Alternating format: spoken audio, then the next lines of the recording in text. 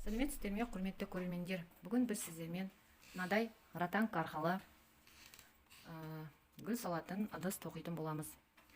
Өткен видеоларда біз қағазды ширатып әртүрлі корзиналар тоққан болсақ, енді ары қарай осындай искусственный ратангтар арқылы сіздермен әртүрлі бұйымдар тоқитын боламыз. Сондықтан бізге подписка жасап, лайк, коммент қойып кетіңіздер. Бұндай гүл салатын корзина ыдыс тоқу үшін бізге міндетті түрде шелек керек болады. Мүмкіндіктеріңіз болса, қара строительный шелек болғаны дұрыс. Ал менде мынадай осындай түстегі шелек таптым үйден. Сондықтан осы шелекпен тоқитын боламын. Бірінші не істеуіміз керек? Бізге бұл гүл салатын ыдысты құмыраны тоқу үшін бізге бірінші бағандардың өтетін жерлерін белгілеп алуымыз керек. Ол үшін біз мына шелекте менде жаңағыдай сызықтары бар. Сол сызықтардың арасы 4 сантиметр. Бізге как раз сол бағанға аралары 4 сантиметр болатындай сызық өлшеп алуымыз керек. Және мына шелегіміздің үстінен 3 сантиметр төменге түсіріп, сол жерден біз фломастермен немесе әртүрлі нәрселермен белгі қойып кетеміз. Мысалға, менде мына сызық тұр. Осы сызықтың үстінен сәл көтергенде сол 3 сантиметр болады. Барлық сызықтардың үстінен осылай фломастермен белгі қойып кетемін. Одан кейін бізге осы сызықтың турасымен астынан сәл 1 сантиметрдей өткізіп, осы жерлерден тағы да белгі қойып кетеміз. Содан соң біз паяльникпен немесе шуруповертпен осы жерден ратангымыздың көлеміне жететіндей, то есть сиятындай, осындай жерлерден тесіктер тесіп шығамыз. Және шелегіміздің ұстағыштарын алып тастаймыз. Бізге ол кедергі болады, және керегі де жоқ. Қазір мен енді паяльникпен тесіп шығамын. Сосын ары қарай шелегіміздің жаңағыдай бағанын өлшеп аламыз. Қанша баған болатынын, мысалға мен былай жаңағыдай астыңғы тесік тесетін жеріне дейін өлшеп шығамды, 22 сантиметр болады. Оған қоса біз іш жағынан 3 сантиметр былай түсірдік, 25 сантиметр. Сосын келесі тесіктің арасына где-то 2-3 сантиметр кетсе, астына да үстіне де. Оны где-то 4-5 сантиметр қоссақ, сонымен бізге бағанымызға 30 сантиметрдей кетеді. Одан бөлек біз бағанымызды жаңағыдай кең жасаймыз. Сол кезде біздің кішкене томпақ, әдемі болып шығады. Пузатый деп аталады орысша, пузатый кашпо деп. Сондықтан бізге 16 бағанды есептегенімде мен 5 метрдей ратангты қиып өлшеп алдым. Бізге жұмыс барысында одан басқа сол ратангты қиятындай қиғыш керек, өлшегіш керек. Сосын бізге міндетті түрде мынандай паяльник немесе шуруповерт керек болады. Қазір мен тесіктердің бәрін паяльникпен тесіп шығатын боламын. Мұны паяльникпен тесіктерді осылай тесіп шығамын. Стойкаларды қоятын. Одан кейін астыңғы жағынан тесіп шығатын боламын.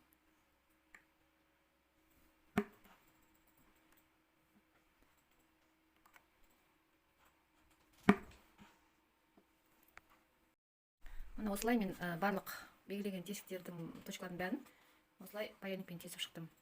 Астына жаңағыдай гүлдің артық суы ағатындай тесіктер тесіп шықтым. Және бұлай егер сіздерде мынандай шелектің сызықтары болмайды ғой. Сондықтан сол шелектің жаңағыдай стойкалардың сызығын тура шығару үшін осындай ортасынан бір тесік тесіп алсаңыздар, сосын осындай бір үлкен бір мынандай ұзын бір жіп па, сондай бірдеңке алып алып, жіптің бір жағын түйіп, сосын мына тесіктен кіргізіп, ортаңғы тесіктен кіргізіп, мұны ортасына бір жіпті, осындай ұзын жіпті бір жағын түйіп, кіргізіп аласыздар да, сосын мысалы мына стойкаға алып келдіңіз, мына тесікке тура осының бұрышы, тура осының несі шығатындай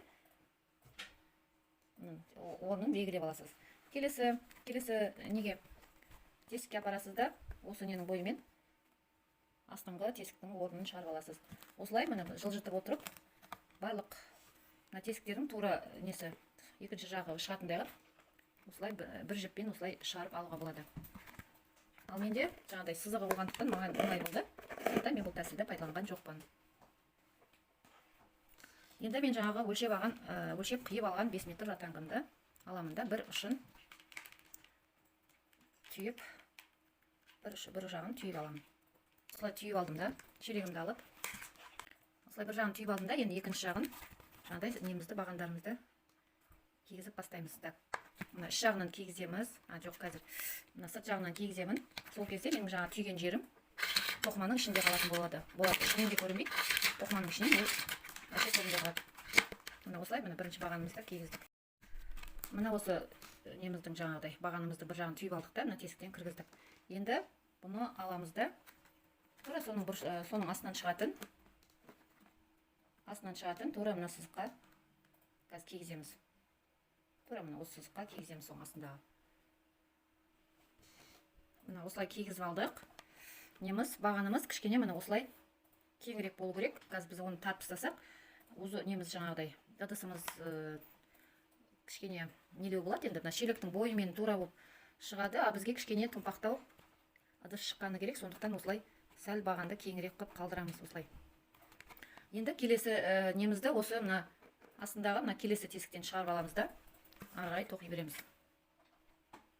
Мына келесі немізді мына келесі тесіктен ары қарай шығарып алдық. Мына жақтан шығарып алдық. Енді бұны қайтадан тура өзінің турасынан шығатындай мына келесі тесікке кіргіземіз. Мына келесі тесікке астынан былай шығардық. Сосын жаңағыдай бағандардың несі кеңдігі бірдей болған дұрыс, соны бақылап отырыңыздар. Немесе корзинамыз тоққан кезде кішкене қисықтау болады. Енді келесі тесікке кигіземіз да, іш жағынан қайтадан астына шығарып, солай бүкіл бағандарымызды кигізіп шығатын боламыз. Міне бағандарымызды осылай бәрін кіргізіп алдық. Маған 5 метрден сәл артық болатын, тура жетті. Мына жерінен кеп кіргізіп, осы жерден түйді. Міне артық несін кеп тастасам да болады. Мына бағандар мына осылай сәл кеңдеу болды. Егер сіздер бағандарыңыз бәрі толық бәрі бірдей кеңдігі бәрі бірдей болсын десеңіздер, арасында белгілі бір затты, мысалы кішкентай баночка ма, немесе бір сондай бірдеңкені кигізіп барлық жерін бірдей қылып істесеңіз де болады. Мен бәрін көз мөлшерімен істедім. Мына бағандарды қарасаңыздар, мына екі-екіден бір-біріне осылай жақын болып тұр. Бұл кейін тоқу барысында бұның бәрі жөнделіп кететін болады. Енді бізге не керек, жаңағыдай тоқитын трубочкалар қиып алуымыз керек. Негізі жаңағыдай ратангтардың әр түрі болады. Мысалы, ратанг жалпақ. Жалпақ осындай не жалпақ болады. Ал мына ратанг бұл домалақ. Бұл мына ратангтың почти жартысы сияқты. Сондықтан біз негізі көбіне өлшейтін кезде айтады, мына шелектің өлшейміз ғой мысалға, сондайдың екі несін аламыз деп айтады. Бізде мына круглый домалақ ратангпен тоқитын болғандықтан бұның мына ені жіңішке болады. Сондықтан бізге 2 емес 4 круг керек болады. Себебі бізге көбірек кетеді мына ратангтан.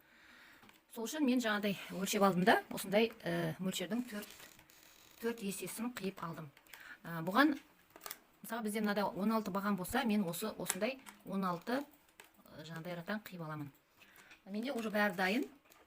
16 ратангты мен уже қиып алдым. Енді ары қарай не істейміз, соны көрсетейін.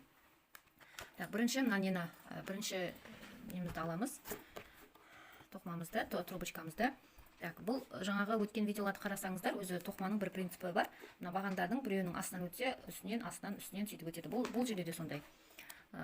Көп бағанды тоқып қажет жоқ. Мысалға 4 бағаннан бастайық. Мысалға мына бағанның астынан өтті ма, келесі бағанның үстінен. Одан кейінгі бағанның астынан, келесі бағанның үстінен. Одан кейінгісі мына астынан кигенде біз тоқтаймыз. Мына астынан мынандай біраз не шығатындай артық қалдыруымыз керек. Осылай бірінші немізді кигіздік. Енді екіншісін аламыз. Оны да тура осы тоқаным сияқты уже бұған керісінше. Мысалы, мына жерде астынан шығып тұрса, мына жерде үстінен шығып тұр ғой. Соның енді керісінше мынаны астынан шығарып, мына жерде үстінен шығып тұр, мына жерде астынан шықса үстінен шығарып, осы жаңа бірінші кигізген немізге, ратангымызге керісінше жасап шығамыз. мынау келесі бағанның бұл енді бұл астынан шығатын болады. Мына біріншіміз мына бағанның астынан шықты, келесі мына келесі бағанның астынан шығады. Осылай және мынандай біраз не қалатындай, артық қалатындай қылып кигізуіміз керек. Келесін қайтадан тура солай кигізіп шығамыз.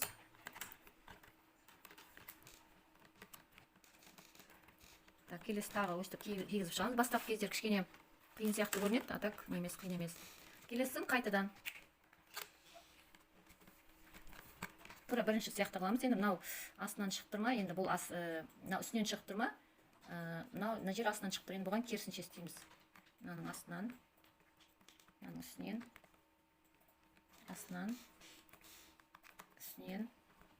астынан, так, мынаның астынан шығып тұрса, енді келесі бағанның астынан шығады. То есть қарап тұрғандарыңыздай, бұл жерде аяқталады, сол астынан шығып барып аяқталады. Сонысымен біз қай бағанның артына жаңағыдай рабочий трубочкаларымыз киілгенін осыған қарап біліп отырамыз. Келесі мынаның астынан шығу керек, одан кейінгісі мынаның астынан. Міне солай біз қазір 16 трубочкамыздың бәрін кигізіп шығамыз осылай. Сезген шығарсыздар уже. Тағы да көрсетейін. Мына трубочкамыз мысалға мынаның астынан шығып тұр, мынаның үстінен шығып тұр. Енді осыған керісінше жасаймыз. Үстінен шыққанның астынан шығарамыз. Келесінің үстінен, астынан, үстінен, астынан. Сонымен мына келесі стойканың мына астынан шыққан кезде бұл бітеді. То есть әр бағанның өзінің трубочкасы сол бағанның астынан шығып, осындай артығымен осылай шығып тұру керек. Мына 1, 2, 3, 4 бағанның өзінің жаңағыдай трубочкаларын кигізіп шықтық. Енді ары қарай осылай барлық бағанды біз қазір кигізіп шығуымыз керек. Мына біз уже стойкалардың бәрін почти кигізіп қалдық. Мына жерде қарасаңыздар, мына 2 стойканың астынан трубочка шықпаған, е. Мына осы 2 стойканың астына қазір соңғы трубочкаларымызды кигізетін боламыз. Так, қайталаймыз. Так, астынан, үстінен, астынан, үстінен, мына стойкамыздың астынан шығады. Енді бір стойкамыз, бір бағанымыз қалды киілмеген. Так, маған қарама қарсы енді. Үстінен, астынан. Так, мына стойканың астынан. Мына стойканың астынан. Осыған қарап, әрбір стойканың астынан не шығып тұрма, шығып тұрған жоқ па, жаңа трубочкалар соған қарап, стойкалардың бәрі киілді ма, киілмеді ма, соны білуге болады. Так, енді бәрін кигізіп шықтық. Енді қазір мына жерде енді кішкене бардак болып жатыр. Кішкене деген бұның бәрі басылады. Кигізген трубочкаларымыздың бәрін енді жайлап былай қарай жақындатамыз.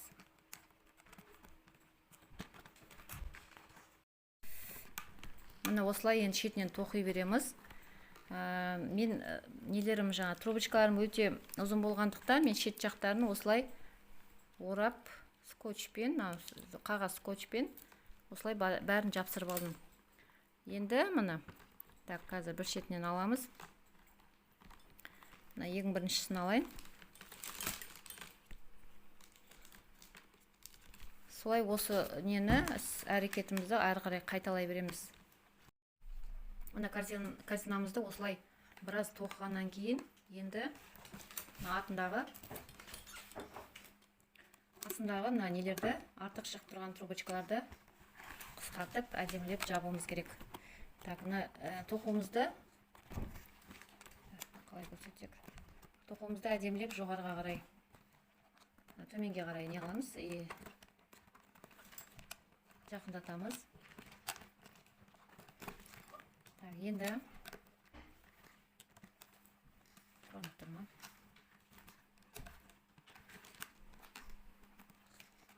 Осылай жақындатып шығамыз. Мен нелерімді, трубочкаларымды ұзын болғандықтан ұштарын осылай қысқартып алдым. Енді бұның астын қысқартуды қалай жүзеге асырамыз? Кез келген трубочканы аламыз. Мысалы, мына трубочка мына стойканың астынан шығып тұр ғой. Сол келесі стойканы ашып, келесі трубочканы ашып, соның астына кигізіп жібереміз. ішке қарай кіретіндей қылып кигізіп жібереміз. Киілмей жатса пышақ не қайшымен арнайы кигізіп жібереміз.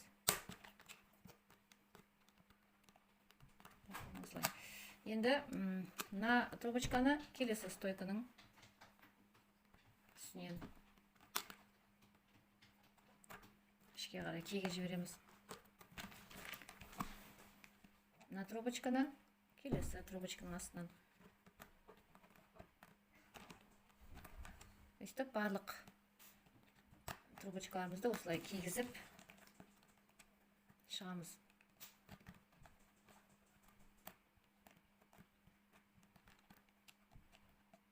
Мына былай астынан кигізсек те болады.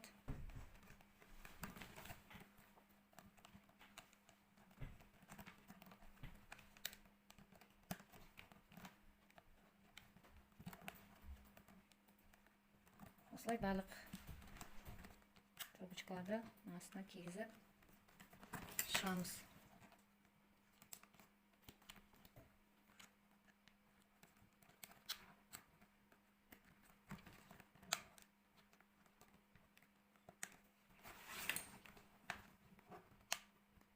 Ең соңғысын мына жерге. Мына осылай астын барлық трубочкамызды астын жауып шықтық. Мына осылай бәрін кигізіп шықтық. Енді ары қарай үстін кезек-кезек тоқи береміз уже. Кезек-кезек үстіне жеткенше ары қарай сол асты-үсті арасында трубочкалар қалқамасын, стойкалар қалқалмасын тоқылмаған. Соң бәрін бақылап отырып, қазір мен бәрін тоқып шығамын. Мына гүл салатын ыдысымызды уже осындай көлемге дейін тоқып тастадық. Мына осылай шықты. Осылай бастапқы кезде шнурлар ұзын кезінде кішкене қиындау болады енді. Қиындау болғанда кішкене внимание керек. Шатасып кетпеу керек, арасында узорлар дұрыс болу керек, арасында тоқылмай қалған трубочкалар қалып қалмау керек. Соның бәрін қадағалап отырсаңыздар, бәрі дұрыс шығады. Енді асты менде былай болды, осылай болды. Негізі астын көбісі соңына дейін бәрін былай әкеп соңына дейін кигізіп тоқитындар да болады, бірақ мен олай жасамадым. Егер сіздер осы стойкалардың бәрін тоқып жіберем десеңіздер, соңына дейін тоқыларыңызға да болады. Бірақ негізі мен олай істемедім, себебі шелектің өзі жерде тұрған дұрыс шығар дедім да, соңына дейін тоқымадым. Енді мен былай осыны ары қарай мына нелерін біткенше қазір сол нені қайталап тоқи берем. Сосын ары қарай тағы да көреміз. Мына тоқуымыздың соңғы жағына келген кезде уже мына неміз бағандарымыз, стойкаларымыз уже тарыла бастайды. Кіргізу уже қиындау бола бастайды. Мысалға мен мына жерде қазір уже қайшы пайдаланам. Қайшымен кіргізем. Келесіде уже стойканың іш жағынан кіргізем. Іш жағынан кіргізіп, іш жағынан кіргізіп барып. Өстіп мен тоқитын болам. Келесінде де солай. Іш жағынан кіргіземіз да.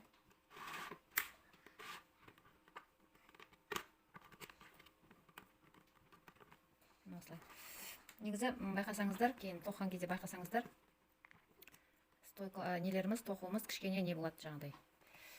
Кішкене былай қарай жоғары болады да, сәл. Бүйтіп тік болмайды, былай кішкене жоғары қарай көтеріліп тұратын болады. Ары қарай тоқи берем. Міне гүл салатын ыдысымыз бітті. Аның іш жағындағы бағандар түгел тоқылатындай қылып бәрін тоқып шықтық.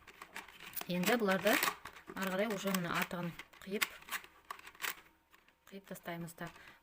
Қиғанда қаншалықты қиямыз қазір. Мысалға кез келген стойканы аламыз. Кез келген мына трубочканы аламыз. Бұл мына бағанның артынан шықты. 1, 2, 3. Мына үшінші баған, өзімен санағанда 4-ші бағаннан қиямыз бұны. Қиямыз да осының артын көтеріп, келесі трубочканың артын көтеріп тұрып, ішіне кіргізіп жібереміз. кішкене кірмей жатса, пышақ, қайшы сондайдың көмегіне жүгінсек болады. Так, наны да солай, келесінде сондай. Өзі мына бағанның атынан шығып тұрса, 1, 2, 3, 4, төртінші бағаннан келгенде қиямыз. Мына келесі трубочканы көтеріп тұрып, оның астыңғы жағына кигізіп жібереміз.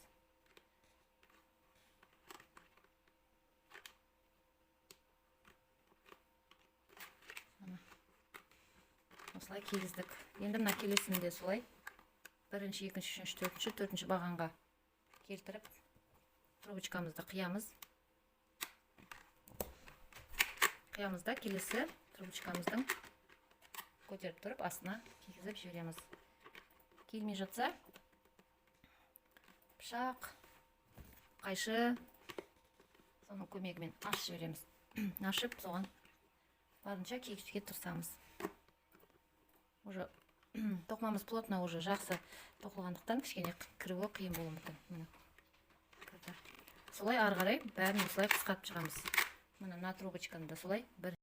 Мына біздің гүл салатын ыдысымыз бітті. Осындай әдемі томпақ кашпо болып шықты. Сіздер де осындай ратанг сатып алып, осындай ыдыстар тоқып, үйлеріңізді сәндеп, және табыс тауып, ақша тапсаңыздар да болады.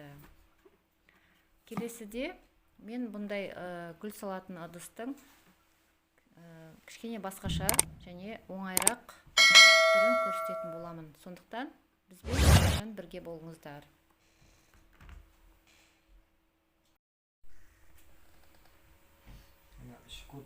Şirek kurdu.